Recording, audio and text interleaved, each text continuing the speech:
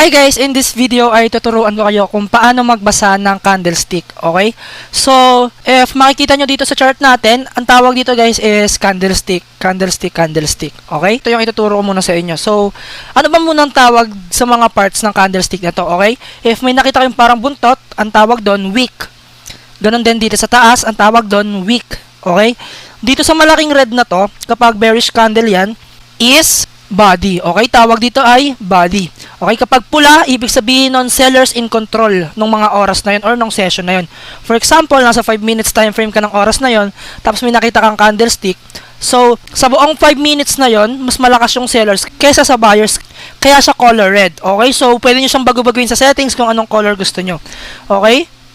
So, dito sa week, ayun yung pinaka-lowest price na naabot ng session na yun. Okay? Tapos, ni-reject siya kaya umangat. Dito naman sa week dito sa taas, ay yung pinaka-highest price na naabot ng session na yon. Okay? Dito siya nag-open. So, kapag bearish candle, guys, sa taas nag-open yung ano, ayan, sa taas nag-open yung candle.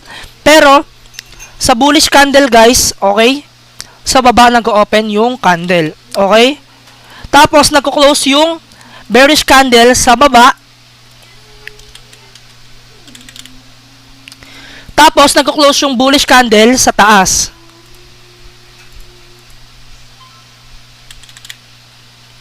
Okay? So, dito guys, kapag may nakakita kayong kulay pula, ibig sabihin nun, pababa.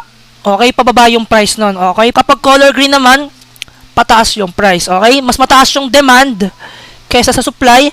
Dito naman, mas mataas yung supply kaysa sa demand. Or mas mataas yung sellers kaysa sa buyers. Tapos dito naman, mas mataas yung buyers kaysa sa sellers, kaya tumataas yung price. Okay, same lang dito. Ang tawag dito ay week. Ito yung pinaka-lowest price na naabot ng session na yon.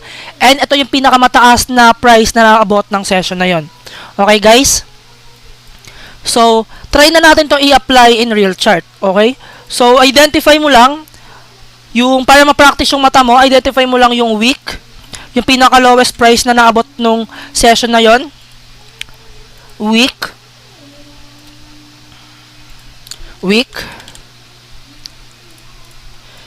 Then, open.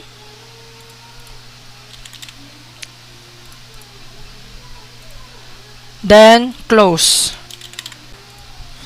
Tapos, itong malaking to ay, ang tawag natin dyan ay body. Okay?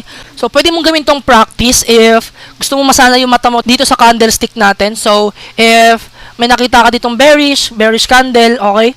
Identify mo lang yung week, okay? Identify mo lang tong week niya dito, yung week niya dito. Identify mo yung body, identify mo kung saan siya nag-open, tsaka nag-close, okay? Para masana yung mata mo.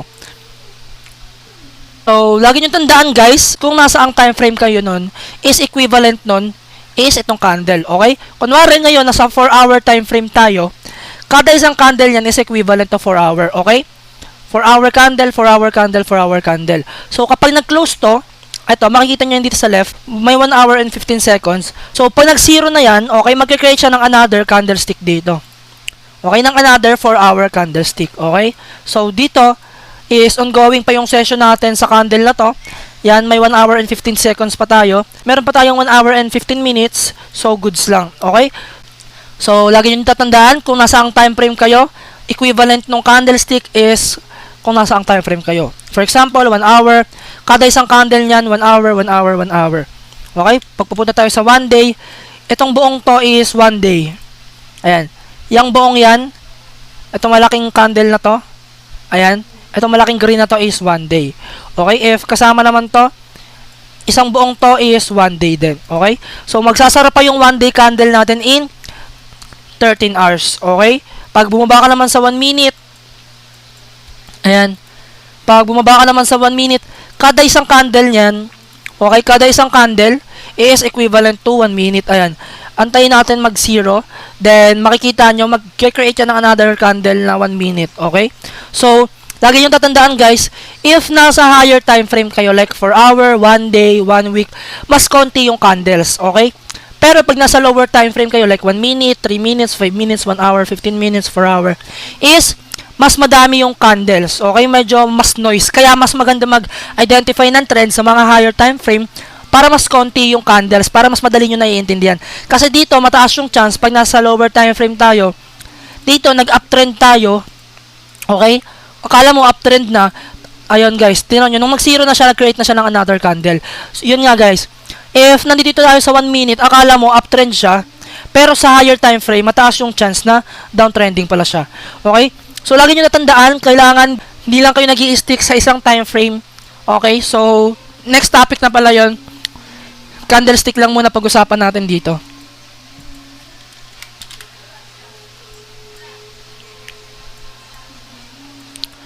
So,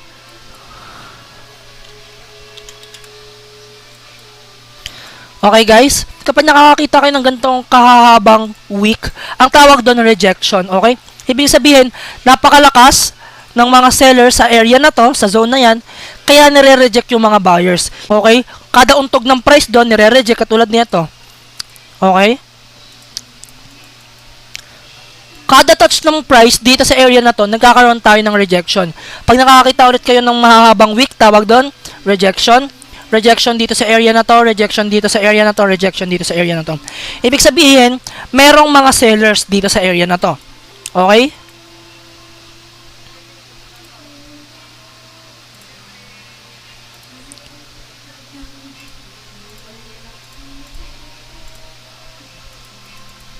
Next naman guys, if makakita kayo ng mga wick naman na sa baba, okay, wick dyan sa baba, wick dyan sa baba, same pa rin ang tawag dyan. Ang tawag pa rin dyan ay rejection.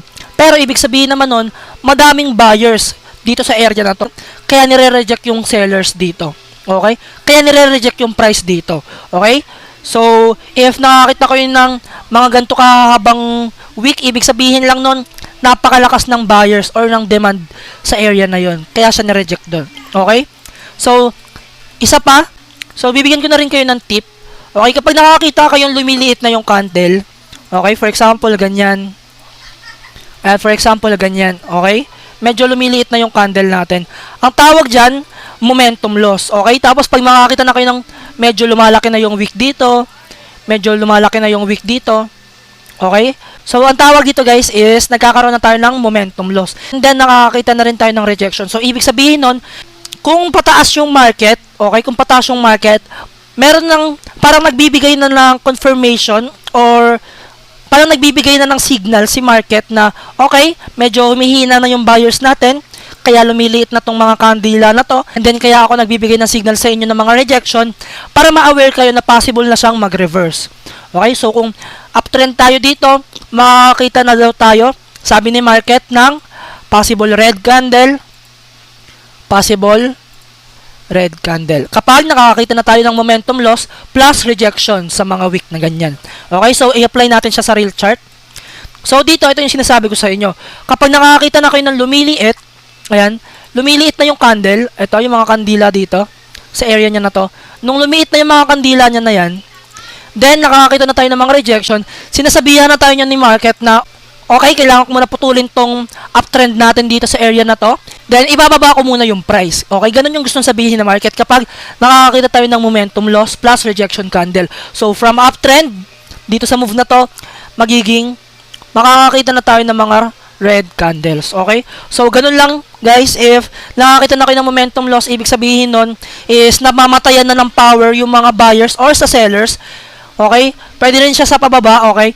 Ibig sabihin lang nun is namamatayan na ng power yung mga buyers para i-sustain yung move niya na to. Okay? So, and then kaya ibig sabihin rin na itong mga rejection candle natin is napasok na yung sellers sa market. So, kapag madaming sellers, bababa yung market. Okay? So, yun lang muna in this video guys. Sana naintindihan nyo yung candlestick. Okay? Napakadali lang naman intindihin na itong candlestick.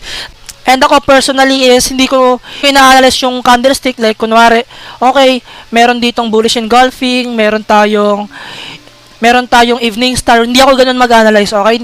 Nag-a-analyze ako based sa structure, hindi sa candlestick, okay? So ngayon sana naintindihan niyo tong candlestick natin. And then yun lang in this video. Bye-bye.